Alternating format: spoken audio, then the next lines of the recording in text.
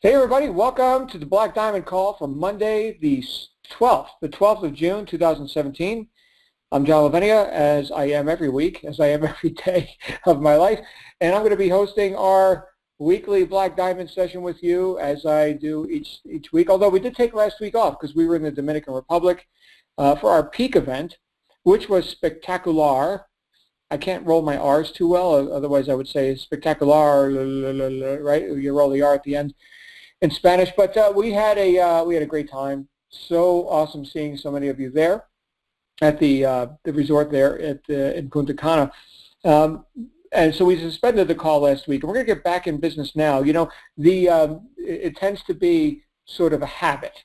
It's a habit when people come to these calls live each week, and then we break the habit by going to an event and not doing the call. But you know what? That's just the thing. I can't be on stage and running my mouth on this phone system at the same time. So we do one thing at a time around here. In fact, we're going to talk about that on the call today.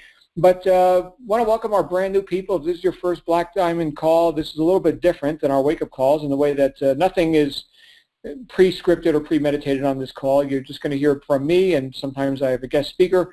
Usually I have a guest speaker. And we talk about, you know, what has gotten us to the top of our game. What is the things or the patterns, the habits, the things that we do to create extraordinary results and have expert level performance in our enterprises. So that's what we talk about. So you're going to hear my opinion on stuff, how things work for me in my life. See how these things work in your life, right? See how these ideas, try them on, right? These are for use. It's not just for entertainment. So yeah, and of course, take what you like and leave the rest. You know, it's like a buffet. And if I say anything that offends you, you'll get over it. That's just how we roll around here. So I'm going to get into a topic tonight, and I'm going to be quoting from the most influential book on wealth creation ever published, which is Think and Grow Rich by Napoleon Hill. Now, I've referred to this book on other calls. By the way, this is going to be a leadership conversation tonight. So the title of this will probably be something like Leadership. Something really creative. And so I referred to this book many times. You know, in the beginning of the book, by the way, if any of you have not read this book or don't have a copy of it, please go online, type Think and Grow Rich, free download, and get one. It's written in 1936, so it's out of copyright. So everybody and his brother offers a free one on their website. So, you know, you can come and maybe opt in and be a lead for them or something. But just go ahead and get a copy of the book. And, I see we got a couple of newbies here on here. Nicosia, your first Black Diamond call. Welcome. This is very cool. So that being said, I've referred to this book many times. And in the beginning of the book, he talks about the idea that there is a secret in the book. And if you're ready for it, you'll find it. And once you know the secret, you will never submit to failure again. This is a great promise that he makes in the book. Now, I've read the book about 12 times. And, you know, I found a few secrets in there. At first, I was thinking I didn't find any because I was reading the words, and none of it seemed secret to me. It was, you know, it all made sense. And then I got it. One of the secrets was, as a good marketer, you want to make sure you've got something secret. So he got me to read the book. In fact, he got me to read it 12 times to keep looking for the secret. That's cool. And then the other thing is, I see we also have somebody else named Pharaoh. It's their first time on the call. Welcome, Pharaoh.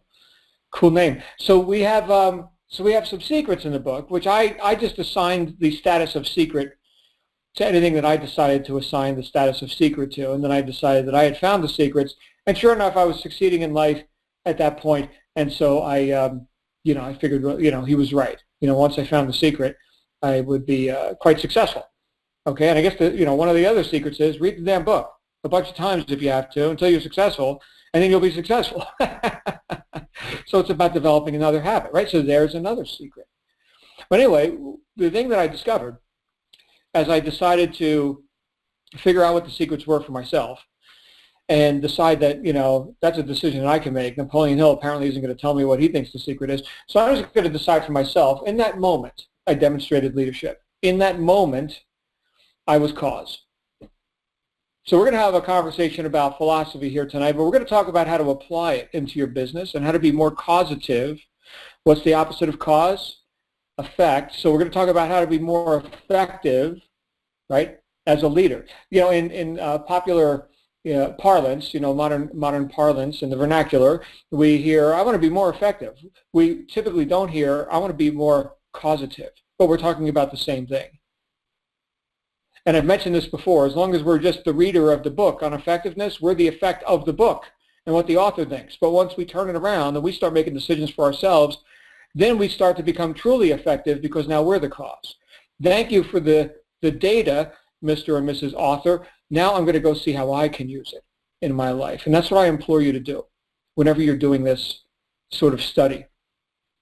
That being said, I'm going to quote from the chapter on organized planning. You know what? I've got a few bookmarkers in this book for pages that I keep going back to again and again and again because one paragraph can and has changed my life, and it's one of the secrets that I've assigned the status of secret to in the book, and it's from the chapter on organized planning, which does not sound like a very compelling chapter. This book, by the way, has 13 main chapters which are based on principles, right? There's decision, there's persistence, and there's organized planning, and the transmutation of sexual energy, right? So these are all different things you can read about in the books. This is, chapters, you see, based on the works of the great people that he studied to create this book, right? These were people like Henry Ford, Thomas Edison, his mentor, Napoleon Hill's mentor, Andrew Carnegie, and a variety of other heavyweights in business back in the early 1900s. And so he found that these are 13 things that he could write a chapter about each of them, and he'd have a book. And then there's a prologue, and there's an epilogue as well. The epilogue is awesome, by the way. It's called The Six Ghosts of Fear. Again, if you haven't read this book, you got to get this book. But in the chapter on organized planning, which doesn't sound nearly as compelling as the transmutation of sexual energy, he says, broadly speaking, there are two types of people in the world. One type is known as leaders, and the other as followers. Decide at the outset whether you intend to become a leader in your chosen calling or remain a follower. The difference in compensation is vast. The follower cannot reasonably expect the compensation to which a leader is entitled, although many followers make the mistake of expecting such pay. And right there, my friend, I just described almost the entirety of the home-based business industry. Sorry to come out with something so bold, but again, if that offends you, you'll get over it. I think that there's a lot of pseudo-entrepreneurs in the home-based and online business world. A lot of people who will pose as leaders, but who really aren't. They really aren't. In their heart of hearts, they're followers. They're looking for the magic system, the magic pill, some upline person who figured everything out, can show them everything and do everything for them. And again, this sounds a bit critical, but having been around it for decades, I got licensed to be a little bit critical when I see a failure pattern again and again and again and again from people who say they want to be successful but will barely lift a finger to do anything about it. Now, I'm not here to point a finger, certainly not around in our community, right? I mean, anyone who's here inside Digital Altitude, you're already a cut above. The person who thinks they want to make an extra few $100s a month to pay their electric bills, they're going to join whatever the lowest cost per entry MLM is and sell soap and skin cream and jungle juice to their friends, family, and neighbors. Okay, so we're not here for that. Thank you for not being here for that. We're a bit more committed, or can be, in our quest for entrepreneurial success. And again, I'll thank you, and if you're brand new here, I'll thank you in advance. Now I'm going to instruct you on how to fulfill on that intention. Actually, Napoleon Hill will. I'm going to continue reading. I typically don't read out of books during these calls, but this is just, I wouldn't change a word of it. A word. By the way, I'm reading from the original text, right? A lot of times you can get these watered down versions of books that are older books that were written back when people had a bigger vocabulary and a higher IQ, and they water them down for the modern public. No, I read the original text, every word that the author said exactly the way he said it. I suggest you do the same. He goes on to say, it is no disgrace to be a follower. On the other hand, it is no credit to remain a follower. Most great leaders, listen guys, most great leaders began in the capacity of followers. They became great leaders because they were intelligent followers. That was all caps, those two words. Intelligent followers. With few exceptions, the person who cannot follow a leader intelligently cannot become an efficient leader. The person who can follow a leader most efficiently is usually the one who develops into leadership most rapidly. An intelligent follower has many advantages. Among them, the opportunity to acquire knowledge from his or her leader. Think about this.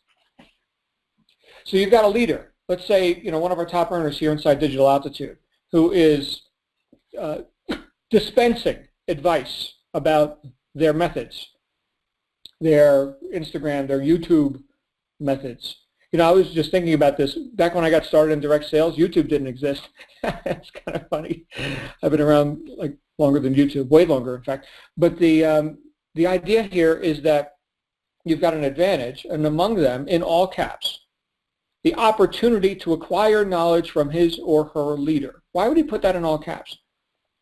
Can anyone acquire knowledge from his or her leader? We've got lots of leaders here that are dispensing advice. Cannot anyone acquire knowledge from them? No, not everyone can. No. No, it says here, an intelligent follower. So intelligence, there's that word that he made in all caps earlier. Intelligent. So, you're probably wondering, what does he mean by this? Like, there's a debate in the field of psychology about whether or not a person's IQ can be altered. And what I'm seeing is a majority of so-called experts espousing the idea that it can't. That like you're born with your IQ and that's all you get. And I can tell you with certainty that they are wrong. With certainty. I've seen not only my IQ increase, but many people who become students of intelligent work and learn with the things that I'm about to talk about here on this call that Napoleon Hill outlines, 11 major factors of leadership, that you can learn things that will in fact increase your IQ, your intelligence quotient.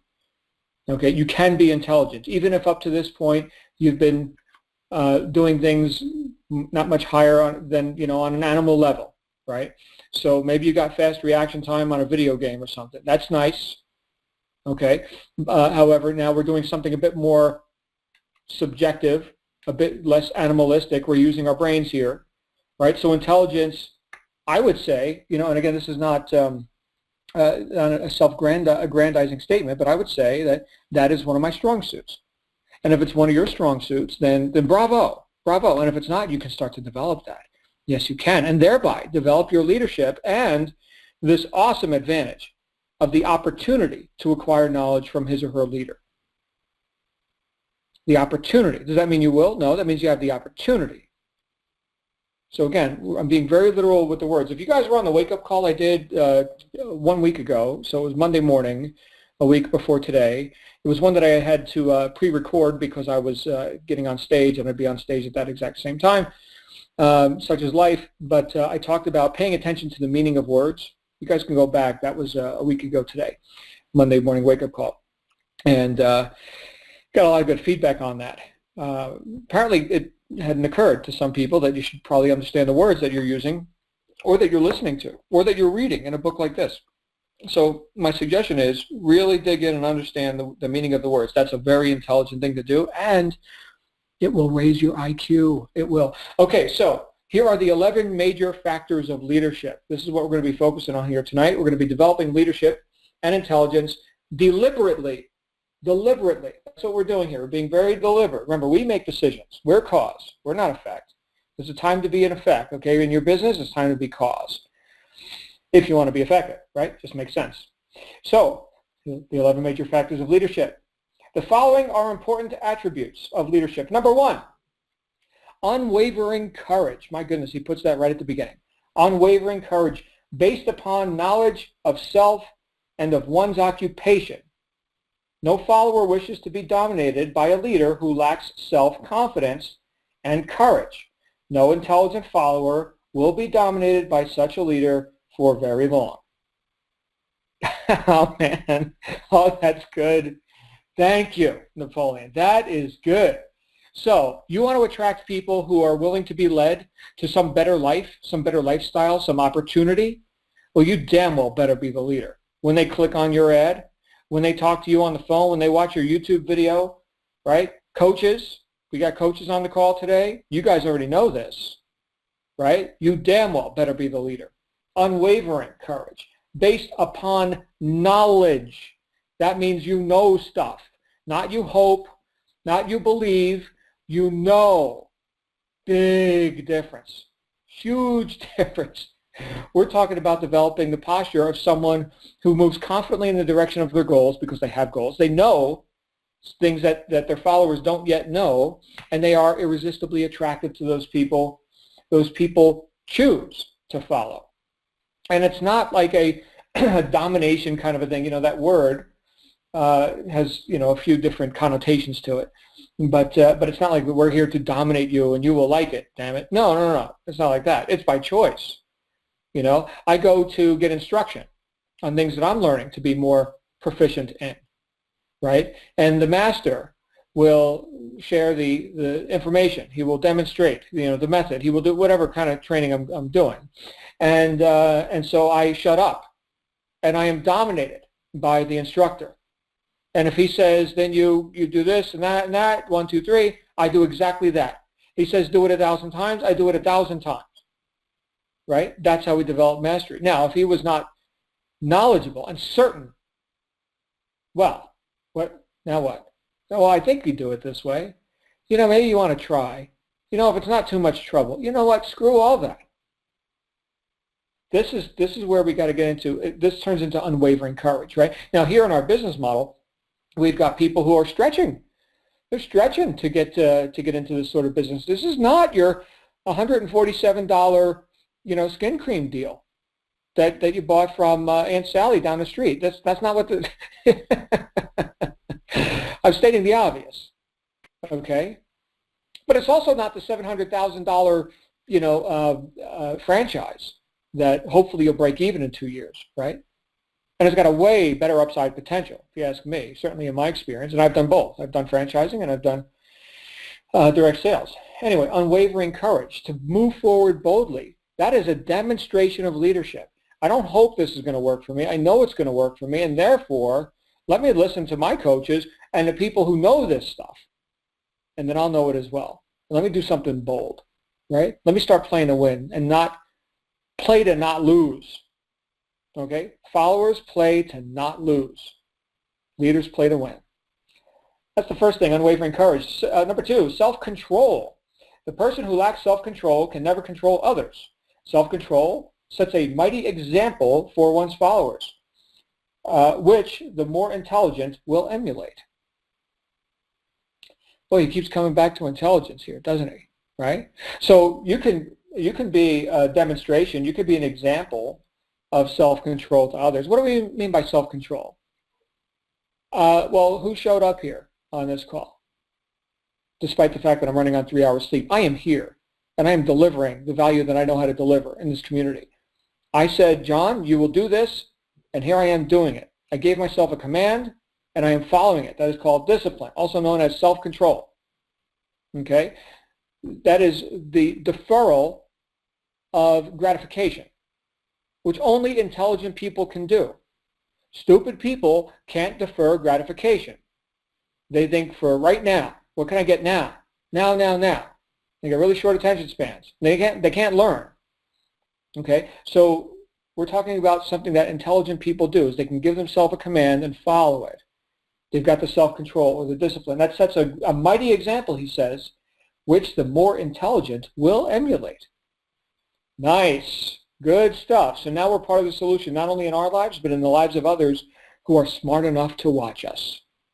See that? So you're either part of the problem or you're part of the solution, depending on your ability to lead yourself. Great stuff. Number 3, a keen sense of justice. Without a keen sense of fairness and justice, no leader can command and retain the respect of his or her followers. What do I get out of that? Well, I can tell you this, that there are people who tend to want to invalidate people or, you know, put themselves on a pedestal or have a sometimes personalities, they put their personalities before the principles. And this is something I learned a long time ago, is always put principles before personalities to the best of your ability. To be just and fair, to reward success, to instruct shortcomings, right? To be a good communicator with people and not biased or in a way that would be considered favoritism toward people who haven't earned it, okay, because of personalities, because of the sort of thing like that happens in politics or family-run organizations, like family companies where the son-in-law gets the control of the department, even though he's totally incompetent at running that department. That's nepotism, right? So we're not looking to be nepotic about this. Okay, this is about competence and recognizing competence and rewarding competence, just like the marketplace does. Okay, so that would be a keen sense of justice. Next would be number 4, definiteness of decision. Individuals who waver in their decisions show that they are not sure of themselves. They cannot lead others successfully. That kind of goes back to the unwavering courage. I don't think you'll have unwavering courage if you don't have a decision. I think the decision, which of course comes from intention, right? Intention is the root of all of this. So I intend this, and therefore I decide to do that, right? And so that right there is definiteness of decision. It is not a wavering sort of thing. And when people know that you can be relied upon, okay, which again I would say in my case is another strong suit. I am Mr. Reliable, and that's just how I know how to behave. It's just what I've developed a habit on that. If I have to, my goodness, if I'm a minute late for a call with one of my students, I'm texting them, hey, I apologize, I'm running a couple minutes late. That's that's not something I like to do. Definiteness of decision. Okay, and that decision, he wrote a whole chapter on it here in this book where he talks about it at length. Again, read the book. I could talk about decision for hours. That one word is so powerful. So there's that. Number 5, definiteness of plans. Okay, and here we are in the chapter on organized planning. Successful leaders must plan their work and work their plan. Leaders who move by guesswork without practical, definite plans are comparable to a ship without a rudder. Sooner or later, they will land on the rocks. Okay, now does that mean that you already know how to reach your goals? No, if you already knew how to reach your goals, you would have already reached them. But it does mean that you are taking steps that are deliberate and planned out. And then, like in marketing, right, everything's a test. You don't know which ad campaign or which video series or which lead capture page is going to convert the best. But you have a plan, and as you go through the RISE program and the other trainings and the things we learned at the peak event just last week, you'll see that there are ways to optimize these things, right, and measure successes and failures, do more of what works, less of what doesn't, right? So that's a plan. Even though we're dealing with something so wildly subjective as marketing, where everything's a test, you still have a plan. Number 6, we're halfway through. The habit of doing more than paid for. There you go, right there. We're talking about the spirit of service.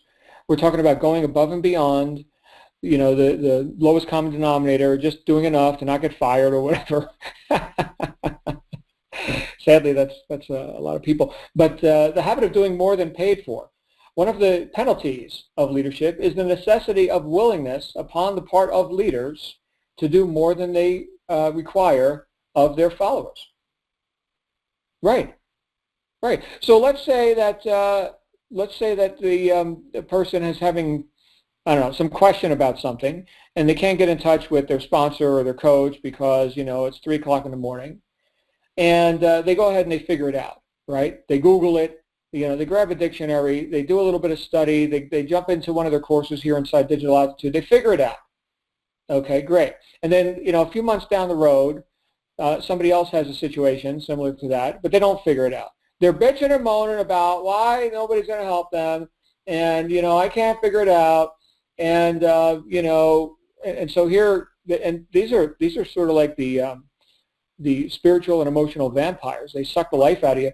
Oh man, I'm such a victim. They don't say that they're a victim, of course, but I couldn't figure this out. I need help, and nobody's there to help me. And it's just victim society. There's a lot of agreement on that, by the way. People really are into their victimhood, but you could look then and say, well, you know what? A few months ago, I had a similar situation, and I figured it out. But you're not going to convince people or force them as followers to figure it out. But remember what I started this whole conversation with was the idea that the follower cannot reasonably expect the compensation to which a leader is entitled, although many followers make the mistake of expecting such pay. That's what we're talking about here. That's exactly it. That's exactly it. You figure stuff out, you get the job done, you reduce the amount of time it takes to get the job done, whereas the follower, who will not make the kind of money you make, well, they need you to figure it out for them, right? I mean, after all, they're not getting paid to figure this stuff out. Well, guess what? Neither were you, but you figured it out because you get paid for results, and so the sooner you figure stuff out, the sooner you can get back to income-producing activities and get paid. Get paid, right? So that's what a leader does. Right? Whether you're getting paid for it or not. That doesn't mean that you're a slave to other people. No. Okay, so you also are in control of your environment, which includes the people in it. However, we're talking about you running your business and doing things that you're not directly getting paid for. Leaders are willing to do that. Followers not. Number 7, a pleasing personality. Well, this is obviously where I just fall flat on my face. Okay, there we go. So no, it says here, no slovenly, careless person can become a successful leader. Leadership calls for respect. Followers will not respect a leader who does not grade high on all of the factors of a pleasing personality. And what does this basically mean? This means that you're intentional in your life. You're going somewhere. You know it. You got a reason to smile. Does that mean that you're bubbly and you're the host of every party? I'm not. I'm bubbly now and then, I guess, but I just hate that word bubbly, so that's why I'm using it. But you know what? If that's your personality, fine. But it's not like you gotta put that on like a facade if that's not who you really are. But a pleasing personality, in my assessment, that's someone who knows where they're going and who's confident. And who doesn't need to belittle others to put themselves up, right? This is a person who has enough self-esteem that they can grant esteem to others, that they can acknowledge others, and they can put their attention on others in a pleasing way, right? Interested, communicative, right? Bubbly, maybe not, but definitely interested and engaged, listening, right? A person without a pleasing personality can't do that. They're very reactive. They're not able to respond intelligently to various stimuli like other people, right? They're reactive, like a rat, where you throw cheese and the rat runs after it, and you introduce a cat and the rat runs away, So that's sort of a reaction mindset. Whereas a pleasing personality is something more deliberate. And I'm here to tell you that as a leader, you will have a reason to have a pleasing personality because you're going somewhere and you're looking to lead others, and they want to be led by you, as we talked about before. Number 8, sympathy and understanding. Successful leaders must be in sympathy with their followers. Moreover, they must understand them and their problems. Now, I'm going to talk about another book here real quick, which I quoted a couple of weeks ago, which was Stephen Covey, The 7 Habits of Highly Effective People. One of those habits was to first understand, then to be understood. Seek first to understand, then to be understood. Seek first to understand, then to be understood. So in this case, what we're talking about is sympathy and understanding as Stephen Covey talked about it, a way to be effective, right? You guys see how this is all coming together? So 50 years before Stephen Covey wrote that, Napoleon Hill wrote that you want to, moreover, they must understand them and their problems. Okay, so this is, in other words, being sympathetic towards another's purposes. Understanding their purposes. Now, who is the cause in all this? the effective person, the leader. Okay? Who is that? That's the person who understands. See again how intelligence comes into play here? Right? And a pleasing personality. You see how this also would reveal you as someone with a pleasing personality. You're able to listen. You're able to put attention on another person. You're sympathetic with their purposes. You understand them and what they're saying. That might be practicing a bit of patience at times. Okay? But that is an effective thing to do according to Stephen Covey, and it's a leadership thing to do according to Napoleon Hill. What did we say before about leaders? They are cause. They are not effect. There you go. It's the same thing. We're just talking about the same thing. Napoleon Hill's talking about how to be a leader or how to be cause. Stephen Covey's talking about how to be effective, right? Same stuff. All right. So look, I didn't originate all this, guys. This has been here before I was born. This book was written. Long before I was born. Okay, number 9, mastery of detail. I love this. Mastery of detail. Successful leadership calls for mastery of details of the leader's position. Now, this relates back to what I was talking about last week on the wake-up call on Monday morning, where it's like, well, you know, we just kind of glibly went through the training, and yeah, I got it. You know, show me what to click on, or, you know, what's the magic pill? How do I get leads really fast? How do I make sales really fast? You know, and again, a very glib approach, meaning surface but not really engaged. Okay, appearing to be intelligent but not really. Okay, so mastery of detail. I'll tell you what, there are certain professions where if you don't have a good mastery of detail, you can get killed. And in our world, if you don't have a good mastery of detail, you can go nowhere. You can, I suppose, get killed financially, you know, especially if you're into like paid advertising. Any of you ever read the book Scientific Advertising by Claude Hopkins? It's a classic. And this is where he introduced the idea of keying your advertisements. So what he means by that is tracking them. So back in the day, you would put an advertisement in a newspaper, and there would be a coupon that the reader could clip out and bring to the retail store and get the free sample or the discount, right? And all of these coupons, as instructed, should have some sort of a key on them, which would be, you know, indicating to you the source where they got that from. Oh, that came out of that newspaper on that date, and it was on the page with the article about such and such, right? So this is attention to detail, right? Now, if you're just winging it, then, and you're throwing money at ads, and you get some that win and some that lose, how do you know which ones to optimize? How do you know which ones to discontinue or change? You don't know. You don't know. And Claude Hopkins in that book even talks about how advertising will eat your lunch. Like, this is not for the dilettante. Okay, this is full time. Like, you really got to know your stuff, because, you know, the publishers, they're happy to take your money, and they don't give a rip if you're profitable or not. I mean, they hope you keep buying ads, but their business is not your business. Their business is selling you advertisement. So you need to know your craft, right? And again, in a more severe, like, life and death situation, there are people who, you know, people can die if they don't have a mastery of detail. I know a couple of people who have been or are airline mechanics. So they work on airplanes that we get on, and we fly to places like Dominican Republic and stuff like that. And so here are hundreds of people in a metal tube flying through the air at 32,000 feet.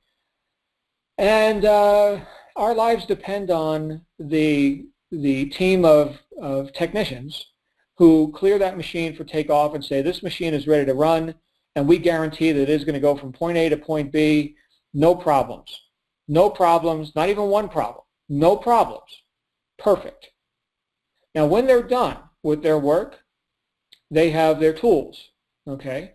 The wrenches and screwdrivers and whatever specialty tools they use.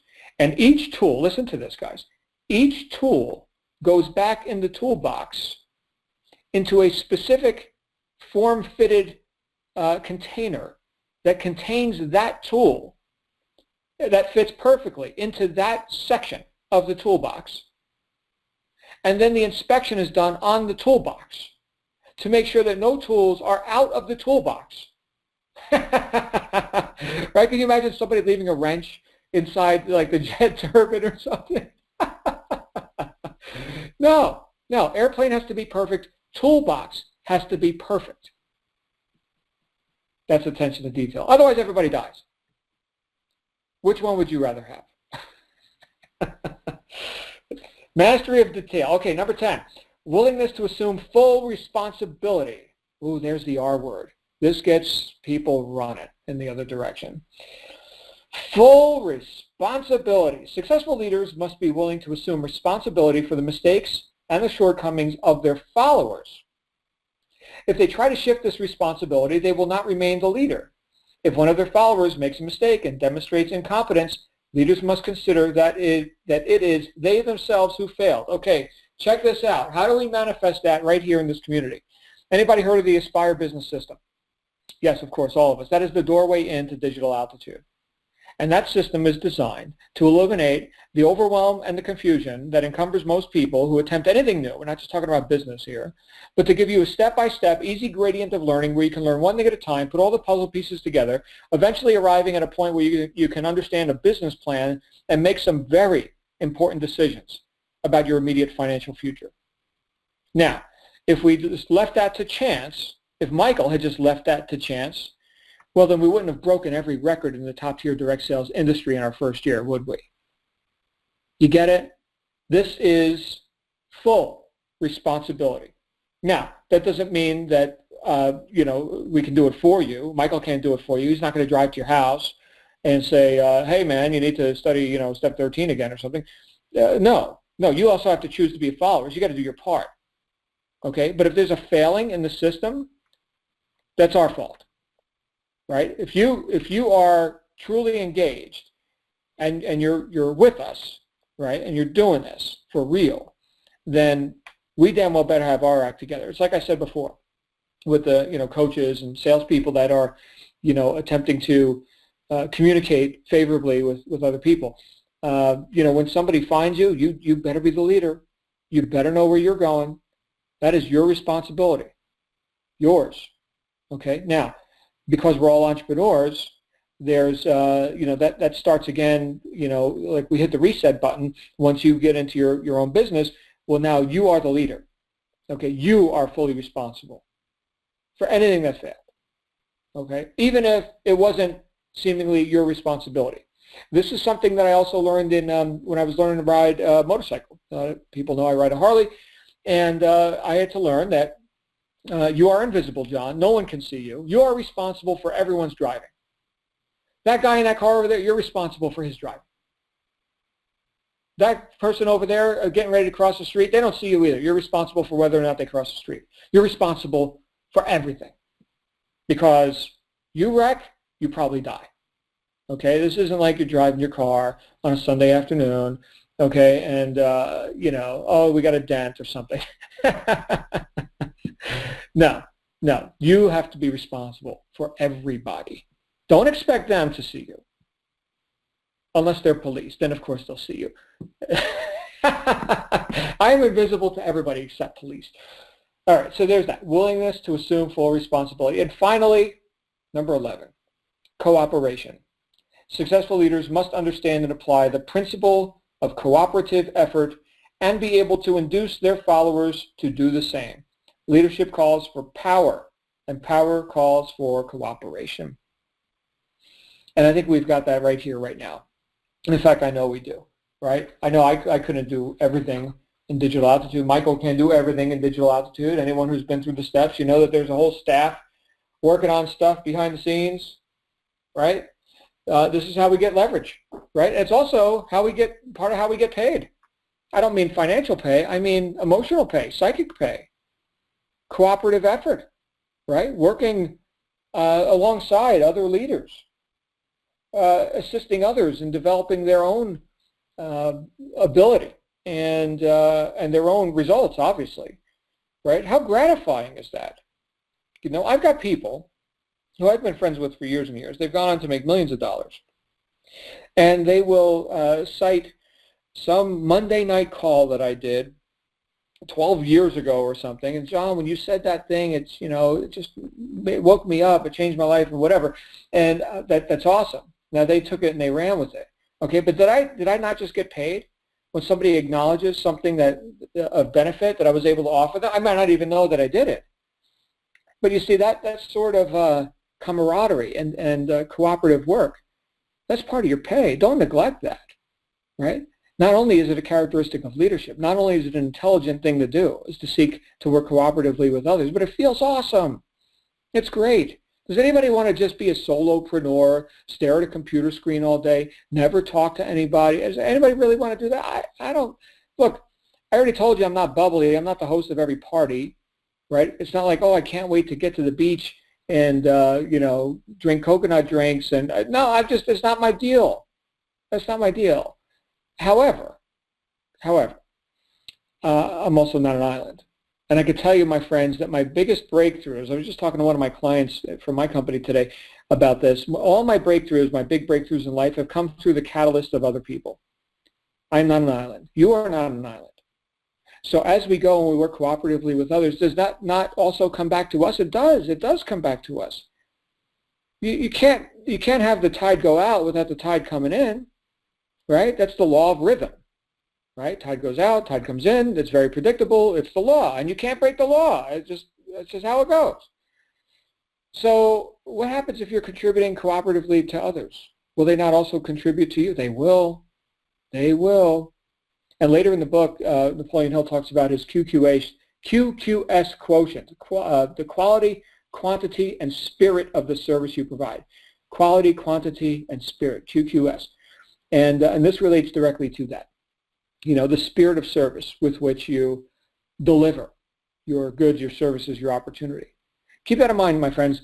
The fact that you're in the BizOp, make money online, make money from home space, income opportunity space, that does not diminish the fact that you are seeking to deliver a product. You are. And if we look at even the opportunity itself as a product of empowering people to create massive exponential increase in their immediate financial future, that's a product right there.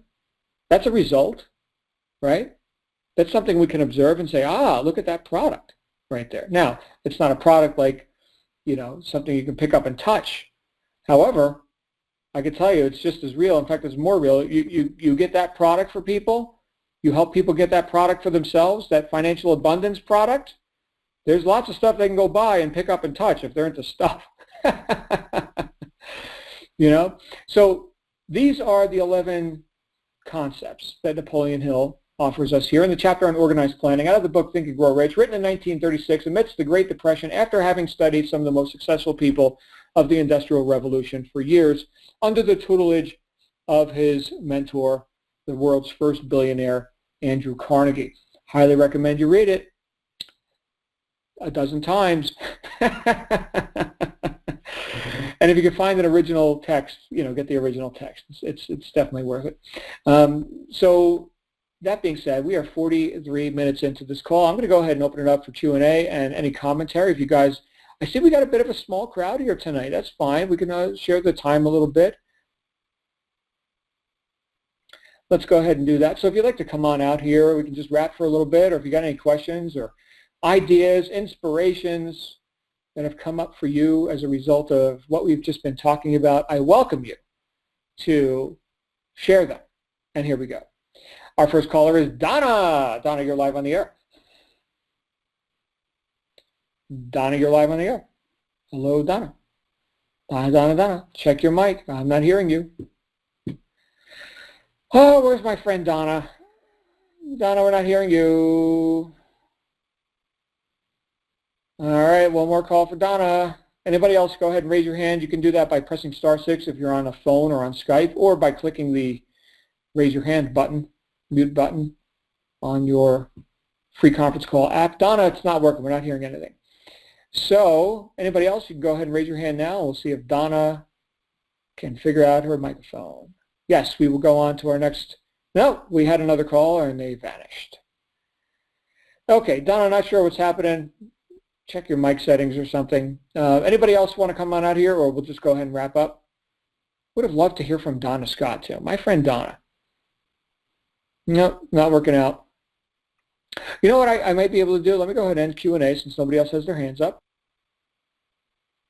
And I am going to find Donna in the roles here and force unmute Donna just to see if we can get any action on that. So Donna, I just forced your line to be unmuted. Can we hear you? No, your mic is dead.